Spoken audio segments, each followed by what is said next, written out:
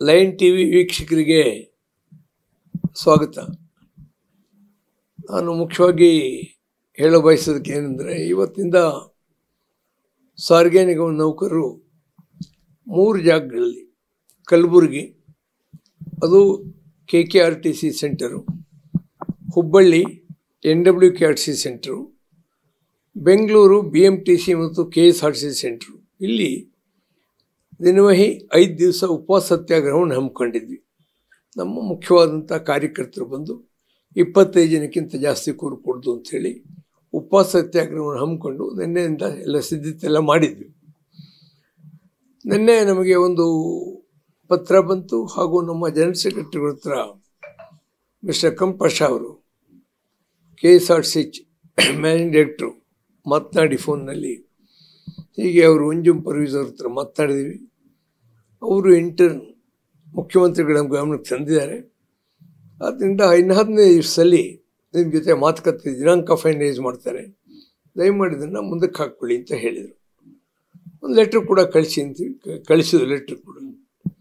ಅಂದರೆ ಮುಖ್ಯವಾಗಿ ನಮ್ಮ ಉದ್ದೇಶ ಇದ್ದಿದ್ದೇನೆಂದ್ರೆ ಸರ್ಕಾರದ ಗಮನಕ್ಕೆ ತರೋದಕ್ಕೆ. KSRTC ದುಡ್ಡು ಇಟ್ಕೊಂಡು ಅವ್ರು ಕೊಡಲ್ಲ ಅಂತೇನು ಹೇಳಿಲ್ಲ.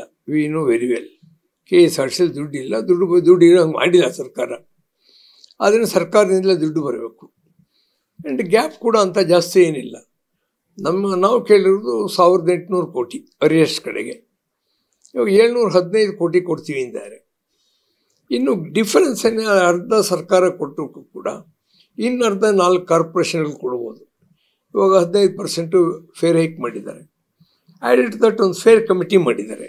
ಅದು ಹಿಂದೆ ಹಲವಾರು ಕಮಿಟಿಗಳದೆಲ್ಲ ಎಕ್ಸ್ಪರ್ಟ್ಸ್ ಕಮಿಟಿ ಎಲ್ಲ ಹೇಳಿದ್ದು, ಒಪ್ಕೊಂಡು ಅದು ಮಾಡಿದ್ದಾರೆ. ಅದರಿಂದ ಕಾಲಕ್ಕೆ ಸರಿಯಾಗಿ ಸ್ವಲ್ಪ ಫೇರ್ ಹೈಕು ಆಗುತ್ತೆ, ಹಿಂದೆ ಇದ್ದಂಗೆ ಏನು ಆಗೋದಿಲ್ಲ. ಆದ್ದರಿಂದ we are quite in a comfortable position 4 ಕಾರ್ಪೊರೇಷನ್ಗಳು. ಇನ್ನು 1/24 ವೇಜ್ ಹೈಕ್ ಕೊಡಬೇಕು. ಆ ವೇಜ್ ಹೈಕ್ ಕೂಡ ಸರ್ಕಾರಕ್ಕೆ ನಾವು ದುಡ್ಡು ಕೇಳೋದಿಲ್ಲ. ಅದನ್ನು ಬಹಳ ಸುಲಭವಾಗಿ ಬಗೆಹರಿಸುವಂಥ ಸಮಸ್ಯೆ. ಯಾಕೋ ಮುಖ್ಯಮಂತ್ರಿಗಳು ಸೀರಿಯಸ್ ಆಗಿ ಅವ್ರ ತಲೆ ಹೋಗಿಲ್ಲ. ನಿಜ, ಅವ್ರಿಗೆ ಬೇರೆ ಬೇರೆ ಸಮಸ್ಯೆಗಳಿದೆ, ಒಪ್ಕೊಳ್ಳೋಣ ನಾವು. ಆದರೆ ನಮ್ಮನ್ನು ಕರೆದ್ರೆ ನಾವು ಅವ್ರ ಗಮನಕ್ಕೆ ತಗೊಂಡು ಬಂದು, ನೋಡಿಪ್ಪ ಈಸಿಯಾಗಿದೆ, ಪ್ರಶ್ನೆ ಸಾಲ್ವ್ ಮಾಡಿದ್ದೇನೆ ಅಂತ ಹೇಳಿದ್ದೀವಿ. ಮತ್ತು 1,17,000 ಕುಟುಂಬಗಳು ಇವತ್ತು ಭಾಳ ಕಷ್ಟದಲ್ಲಿ ನಾವು ಬದುಕಿದ್ದೀವಿ. ನಿಮ್ಗೆ ಒಳ್ಳೆ ಹೆಸರು ತಂದು ಕೊಟ್ಟಿದ್ದೀವಿ, ವಿಶ್ವ ದಾಖಲೆ ಆಗಿಬಿಟ್ಟಿದೆ ನಿಮ್ಮ ಶಕ್ತಿ ಸ್ಕೀಮು.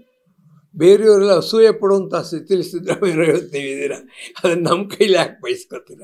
ಆದ್ದರಿಂದ ನಾವು ಅವರ ಪತ್ರಕ್ಕೆ, ಅವರ ಇಚ್ಛೆಗೆ ಅನುಗುಣವಾಗಿ ಈ ಹಂಗರ್ ಸ್ಟ್ರೈಕನ್ನ ಮುಂದೆ ಹಾಕಿದ್ದೀವಿ. ಒಂದೇನೆಂದರೆ, ಟ್ರೇಡ್ ಯೂನಿಯನ್ ಇತಿಹಾಸದಲ್ಲಿ, ಮ್ಯಾನೇಜ್ಮೆಂಟ್ ಇತಿಹಾಸದಲ್ಲಿ ಇವೆಲ್ಲ ಸರ್ವೇ ಸಾಮಾನ್ಯ. There no straight path, zigzag ಹೋಗ್ತಾ ಇರ್ತೀವಿ. ಇವಾಗ ಒಂದು ಚಳುವಳಿ ನಮ್ಮ ನೆಗ್ಲೆಕ್ಟ್ ಮಾಡಿದ್ರು, ಈ ಒಂದು ಚಳುವಳಿ ಮೂಲಕ ಫೋಕಸ್ ಮಾಡಿದ್ವಿ. ಅಲ್ಟಿಮೇಟಾಗಿ ಸರ್ಕಾರವೇ ದುಡ್ಡು ಕೊಡಬೇಕು, ನಾವೇನು ದುಡ್ಡು ಪ್ರಿಂಟ್ ಮಾಡೋದಿಲ್ಲ. ಅಥವಾ ಮುಖ್ಯಮಂತ್ರಿಗಳು ಕರೀಲಿಲ್ಲ, ಬಹಳ ಡಿಲೇ ಆಗೋಯ್ತು, ಡಿಲೇ ಆಗ್ಬಿಟ್ಟು ನಾವು ಮುಖ್ಯಮಂತ್ರಿ ಭೇಟಿ ಮಾಡಲ್ಲ, ಇದೆಲ್ಲ ಈಗೋ ಪ್ರಶ್ನೆ ನಮ್ಮಲ್ಲಿಲ್ಲ. ನಾನು ಸಿದ್ದರಾಮಯ್ಯ ನೋಡ್ರಂಗೆ ಅವ್ರಿಗಂಥ ಈಗೋ ಸಮಸ್ಯೆ ಏನಿಲ್ಲ. ಅವ್ರಿಗೆ ಅವತ್ತು ಹೇಳಿದರು, ಏನು ಕೊಡಲ್ಲ ಅಂದರು, 700 ಕೋಟಿ ಕೊಡ್ತೀವಿ ಅಂದರು, 718 ಕೋಟಿ.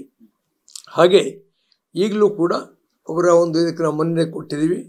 ಅವರು ಸಾಧ್ಯವಾದಷ್ಟು ಬೇಗ ಮಾತುಕತೆ ದಿನಾಂಕ ಮಾಡಿ ನಮ್ಮ ಬೇಡಿಕೆಯನ್ನು ಇನ್ ಟೋಟೋ ನೆರವೇರಿಸಬೇಕು ಅಂತ ನಾನು ಅವ್ರನ್ನ ಅರ್ಜಿ ಮಾಡ್ತೀನಿ. ಹಾಗೂ ಯಾವ ಅಧಿಕಾರಿಗಳಿದ್ದಾರೆ ಅವ್ರಿಗೆ ಹೇಳೋದು ಅಷ್ಟೇ, ಗೌರವ ಕೊಟ್ಟಿದ್ದೀವಿ ಇವತ್ತು ನಿಮ್ಮ ಪತ್ರಕ್ಕೆ. ದಯಮಾಡಿ ನೀವು ಸರ್ಕಾರದ ಮೇಲೆ ನೀವು ಪ್ರೆಷರ್ ಹಾಕ್ತಿರ್ಬೇಕು, ನಮಗೆ ಸಿಗೋದಿಲ್ಲ. ನೀವು ಪ್ರೆಷರ್ ಹಾಕಿ ಡೇಟ್ ಫಿಕ್ಸ್ ಮಾಡಿ ಸರಿಯಾಗಿ ಅವರು ಬ್ರೀಫಿಂಗ್ ಮಾಡಿ ಒಂದು ಪರಿಹಾರ ಸಮಸ್ಯೆ ಕೊಡಿ. ಇದು ನಮ್ಮ ಒಂದು ಒಕ್ಕೊರಲಿನ ಬೇಡಿಕೆ ಇರುತ್ತೆ.